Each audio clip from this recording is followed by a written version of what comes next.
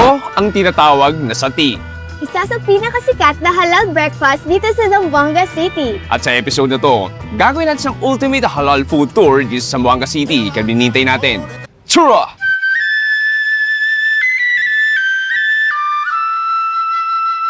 Ang salitang halal is more than just a food, bagkus it's a way of life. At sa video na to, I'm on a mission na kumain ng some of the best halal food dito sa Zamboanga City. From breakfast of champions, sperm suck siya ng chicken. Hindi ko nga alam na may ganito pala. Kasi nga, secret menu. Tausog royalty food. Gusto mo gawing stop dito, pero ang bayad mo sa akin, araw-araw pakainin mo ako nito. Okay, game. Iba't ibang inihaw na isdang halal. So, di ba, ang sarap? Masarap talaga. Siyempre, proud ako dito. At sa huli, kakain tayo sa nagtitrending na tausog Asian food truck. At the end of the day, tapos, saya ka, nabigay mo. Basically, sinasabi mo ng quality assurance. Quality everyday. chef. At simulan natin sa isang masarap, mainit at manghang na almusal ng alas 8 na umaga dito sa Zamboanga. Aya, assalamualaikum. Ay, kumusta na? Good morning! Ilalanin si Aya Araji, a proud tausug content creator na merong 240,000 followers sa TikTok and she'll be joining us to eat some hot and spicy sati. So Aya, tanong ko sa'yo, para sa'yo, ano ang definition ng sati? Like, since bata ka ba, kumakain kayo nito? Yes.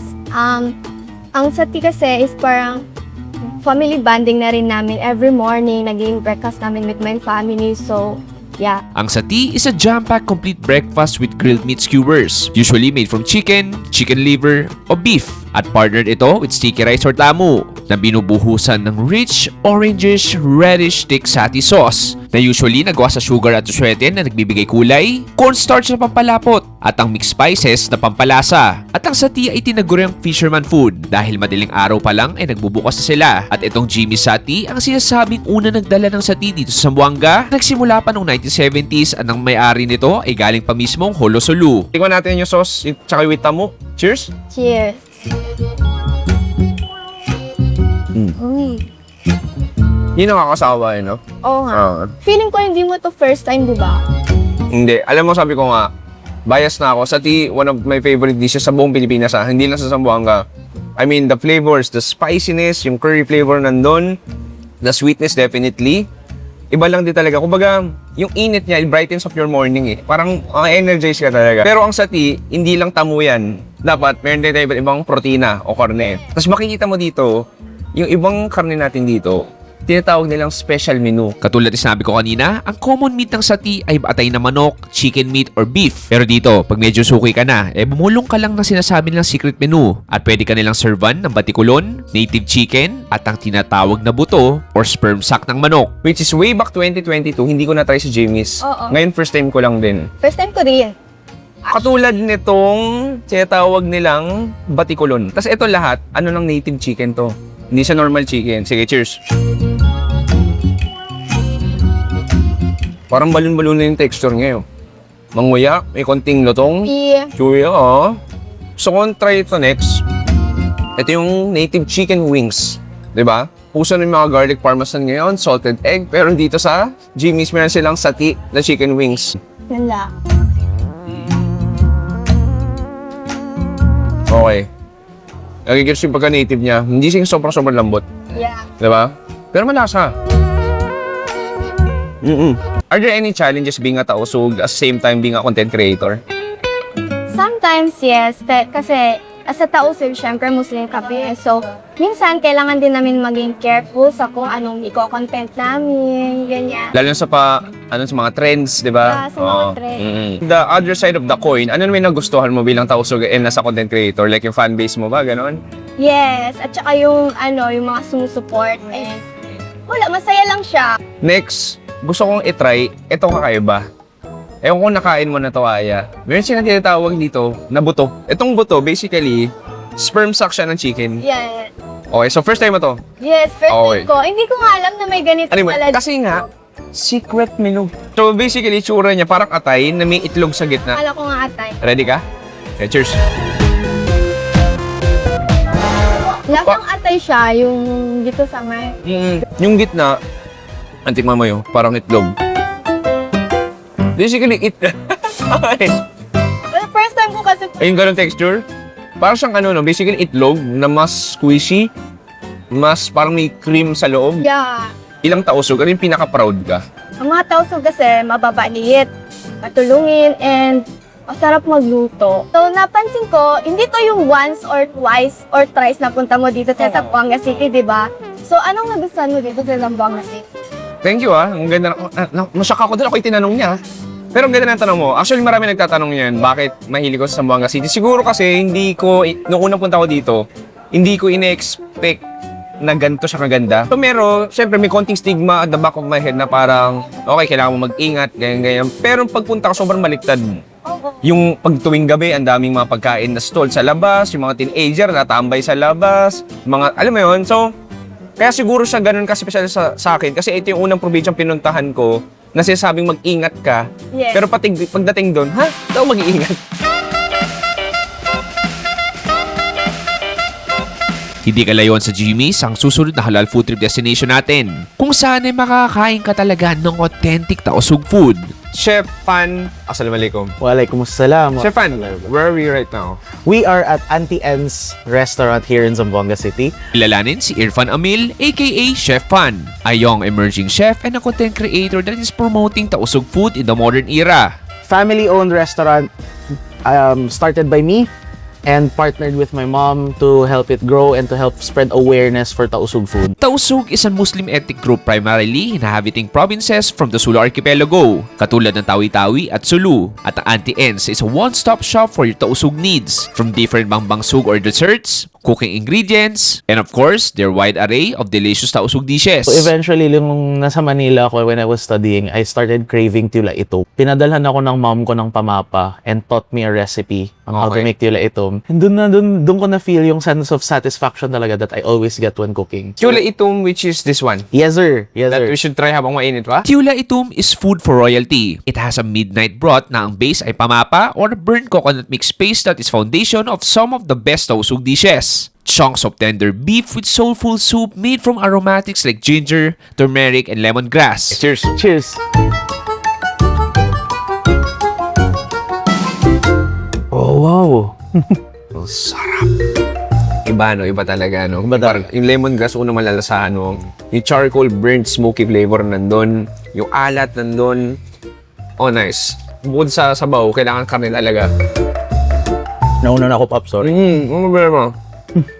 Fatty, malambot, delicious, scrumptious, amazing.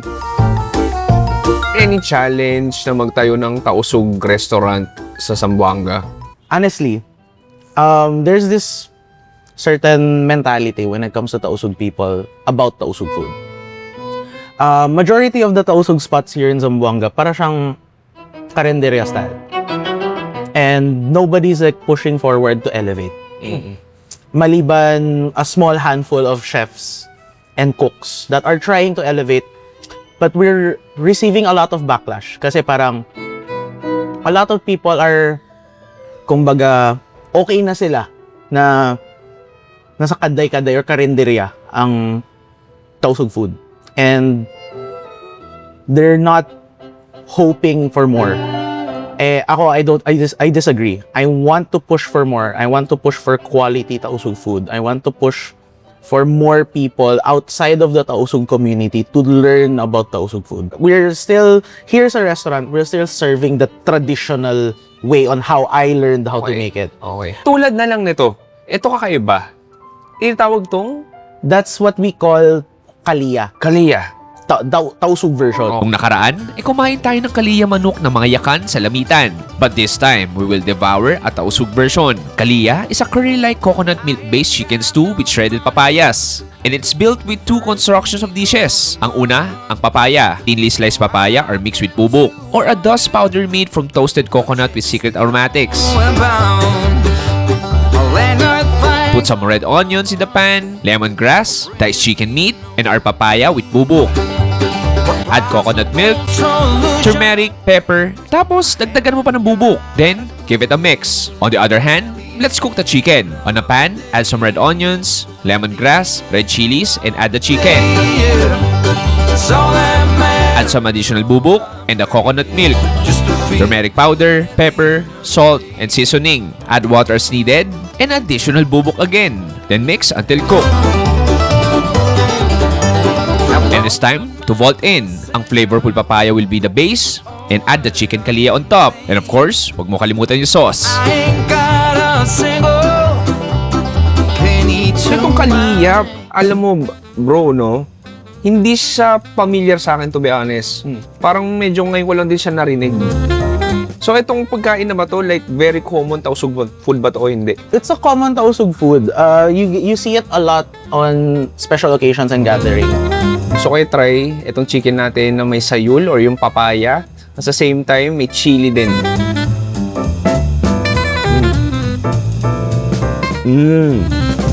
Ang harap. Wow! Galing tayong basilan kasama ko rin nun. Yeah. Masarap yung kaliyan nila. Pero ito, I mean, speechless pare. Basically, it's curry. Yeah. Curry, coconut milk lang ang lasa mo. Pero grabe addition ng papaya. Yeah. Parang siyang candied caramelized curry flavor na, gets mo ba? Parang atsara eh. Parang atsara. Ang juicy nung papaya, ang tamis, yung kick nung sili, yung lemongrass na lasang-lasa mo, and then of course yung malambot na manok. Okay, nice. Kakaiba. Lagyan ko ng konti. Lagyan kita extra, Pops. Ay, sige. Ay, nilagyan po. Yan ang gusto ko. Lagyan po extra. Kuha tayo. Cheers. Ayoko na umalis. Magaling mong kupkupin. Magaling mong maghardin. Magaling mong maggupit ng ng kuko. Gusto mong gawing stop dito. Pero ang bayad mo sa akin, araw-araw pakainin mo ako nito. Okay, game. Gusto ko i-try. Ito pang isang bestseller yun talaga. Yes, sir. Okay, ito yung chicken pianggang. Chicken pianggang. Chicken pianggang starts by marinating the chicken first with pamapa or the burnt coconut paste. Lalagyan ng sibuyas, kamatis, turmeric, bawang, siling pula at mantika. At halu-haluin ito gamit ang kamay.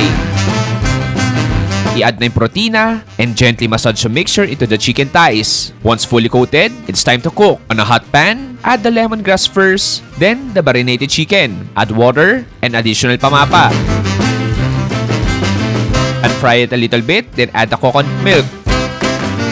Let it simmer and let the sauce turn into an olive greenish color. Once cooked, it's time to plate. Pianggang is the older sister to kalia. Totoo. Galing. For me, because it uses the same ingredients. It uses the same cooking process. So, ang main difference lang talaga, yung main ingredient, the main seasoning is the pamaka instead of the bubuk. Of course.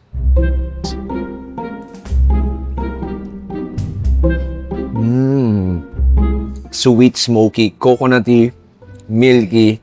Ang lambot ng manok. Gusto ko dun, parang pan-fried din siya. So may konting lasa ng, alam mo yung parang lutong ng Yeah. konti yung balat.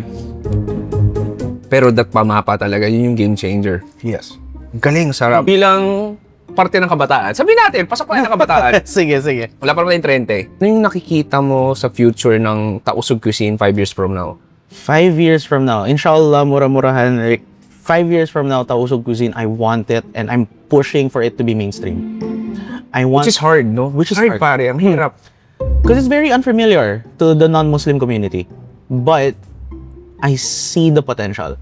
And I see na people outside of the Zamboanga, like you yourself, whenever you come here, talagang nasasarapan kayo sa food.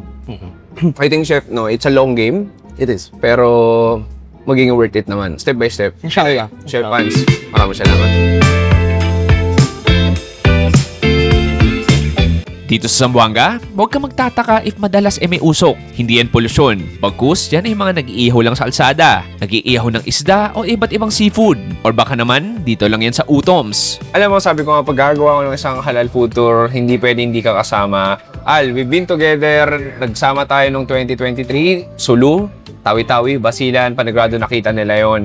Pero nandito kayo sa Zamboanga, nandito tayo sa tinatawag na Utoms Grill. Dito sa Utoms ay all-in-one food spot na with iba't ibang desserts, drinks at Filipino ulam. Pero ang specialty nila din dito ay ang kanilang iba't ibang fresh ihaw-ihaw. At dito, makakasama natin ang aking longtime friend, isang magaling na chiropractor at proud tausug na si Alamin Paraji. Diretso muna tayo, nung gusto mo ng tikman.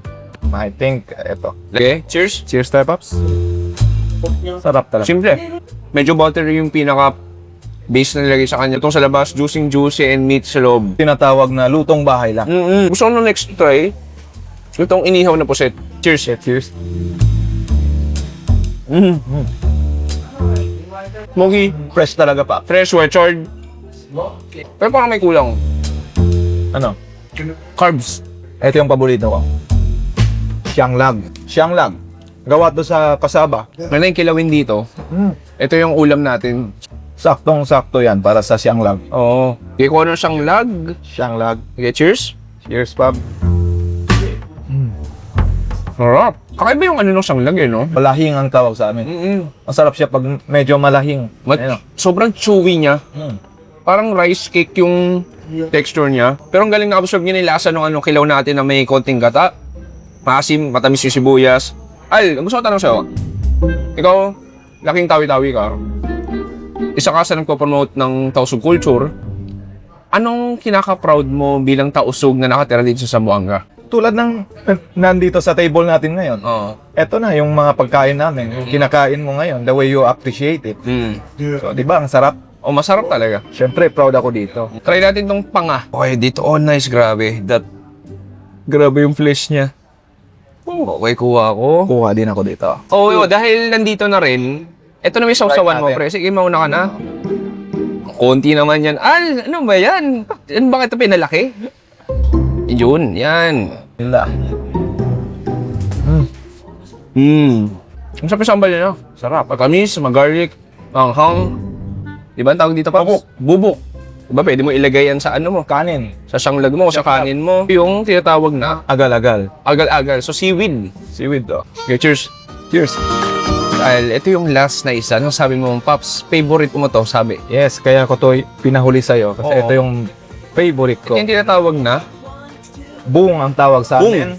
alam mo, para lang siyang pampano. Pinsan siya ng danggit. Actually. Oh, ang kapal. Parang tilapia yung karne niya. Bismillah. Tama. Sarap. Nasa talaga. Oh, nice. Sobrang smoky. Ang ganda ng texture. Ang lambot. May konting katamisan na rin siya. Actually, ito, Paps, yung utom. Sa sikat talaga nila dito, yung Paris Bulalo.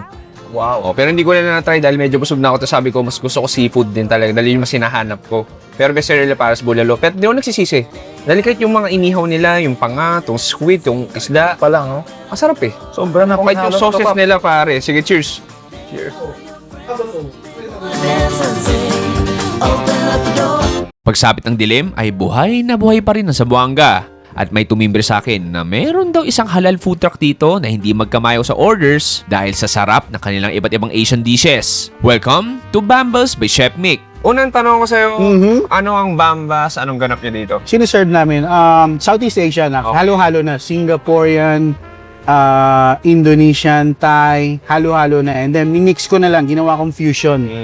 Yung parang tumutugma na sa Zamboangueño Tausug. Chef Nick was a former chef sa ilang mga hotels at ngayon dinadala niya ang kanyang napakalupit na experience dito sa Zamboanga, mastering some Asian cuisines that are halal friendly, katulad na lang ng kanyang kway teow, which is a high wok savory noodle dish na nanggaling pa ng Malaysia. Turn around, bend your knees, touch your toes. Now with your left hand, reach out and grab your nose. Kanina pa ako gutom. Nagutom ako sa pagluluto mo. Tulungan tingnan mo itong char kway teow. Cheers. Bismillah. Parang hindi na sa Malaysia. That high wok aroma. Sweet, savory, salty, and then yung beef chorizo, masarap ah. Yeah. Parang longganisan na rin. Di ba dito sa Zamboanga, marami na rin mga karinderya o tinatawag na kaday. May challenge ba na mag-serve ng gantong klaseng halal food na hindi Filipino? Oh, wala naman siyang challenge actually. Parang ako, hindi ko tinitake as challenge eh. Yung sa akin, parang mas gusto kong makipagsabayan. Yun ang sa akin. Gusto ko try itong chicken satay Chicken satay. ninyo. Eh, cheers. Try natin. Sweet, peanutty. Yung mga fresh crushed peanuts pa. Alam po niyo karne, smoky. Ano to, sir? Ito naman yung kalalabas ko talagang. Ang kakaiba. recently. 2 days ago lang. Okay. Para kang nasa bahay lang na mango ensalada. salad. Yeah. Parang ensalada, yes. Basically. Ensalada. Sige. Sumangga to na may ikan Yeah. pilis. Ah, Dilis, sorry. Ikan Dilis, pilis. dilis. Oh, pero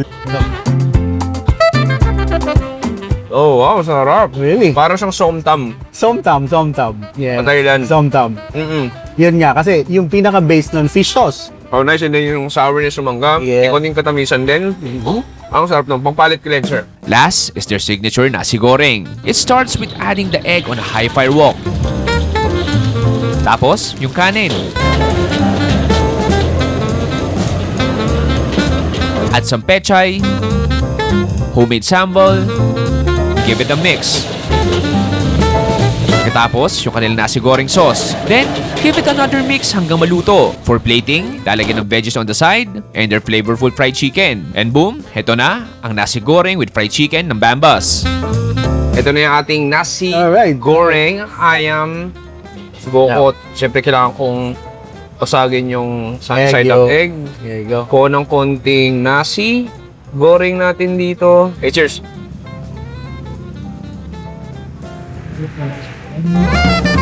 Oh, kahit yung manok ha. Kaya sa Thank you. hindi lang sa bahay fried chicken. Thank you. Oh, takes me back to Jakarta, baby. Yeah, Indonesian. Mm. Indonesian nasi goreng. Kompleto eh. Oo. Kompleto, high wok, aroma nandun. Alat, pagka-savory niya. Yeah. Tamis, itlog. Thank you. Consistent kasi ako Chewy eh. Consistent ako eh. Parang from the very first start na nag-umpisa ako nito, kung ano ang ginawa ko noon, yung kung paano siya dinumog, kailangan ganun pa rin siya. Every day. Hindi ko pwedeng pabayaan yan eh. Kailangan importante yung process ng pagluluto niyan, lahat. Kahit Get- pagod. gets. At the end of the day, tapos, saya ka, So nabigay mo. basically, sinasabi mo ng quality assurance. Quality every day. chef. Or, pare, dito nagtatapos ang ating ultimate halal food tour dito sa Buanga City. Sana nag-enjoy kayo doon. Actually, dito sa Buanga, sobrang dami pang halal food choices, pero pumunta din sa 4 na sikat. At gusto mo ko salamat sa isa sa pinuntahan natin, sa Auntie Ens, at isang content creator, Chef Fan. Maraming salamat. Thank you so much. Chef Fan, baka may gusto promote. Everyone, please follow Auntie N's Facebook page, Chef Fan Facebook page, and Chef Fan Instagram page. Panigurado, yung tawag niya sa mga fans niya ay fans. Tama, si Chef Fan. Corny ko doon. Sorry, bangag na ako. Maraming salamat sa panonood. Ako si Chewy dito sa Zamboanga City. Nagsabing stay safe. Good night and goodbye. Bam! So, energy mo, Chef Fan. Batayin mo yung mga fans mo. Chef Fans. Good night. Assalamualaikum.